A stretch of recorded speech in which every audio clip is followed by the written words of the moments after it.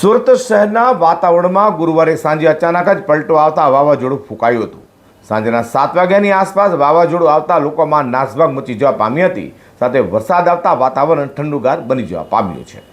જે રીતે હવામાન ખાતાએ તારીખ 18મી માર્ચથી 20મી માર્ચના 3 દિવસ માટે સુરત સહિત રાજ્યના કેટલાક ભાગોમાં ભારે પવન સાથે વરસાદ પડશે તેવી આગાહી આપી હતી, ત્યારે ગુરુવારના સાંજના 7 વાગ્યાની આસપાસ ભારે પવન સાથે વરસાદ પડ્યો હતો।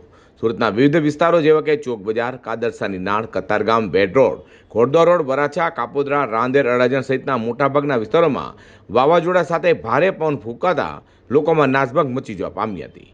કેટલાક સ્થળોએ મકાનોના પતરા તો કેટલીક જગ્યાઓ પર જાહેરાતોના હોર્ડિંગ તૂટી ગયા હતા, તો કેટલીક જગ્યાઓ પર ભારે પવનને કારણે ઝાડ પડી ગયાના કોલ પણ મળ્યા છે। ધૂળની ડમરીને કારણે શહેરીજનોને જોવામાં તકલીફ પડી હતી।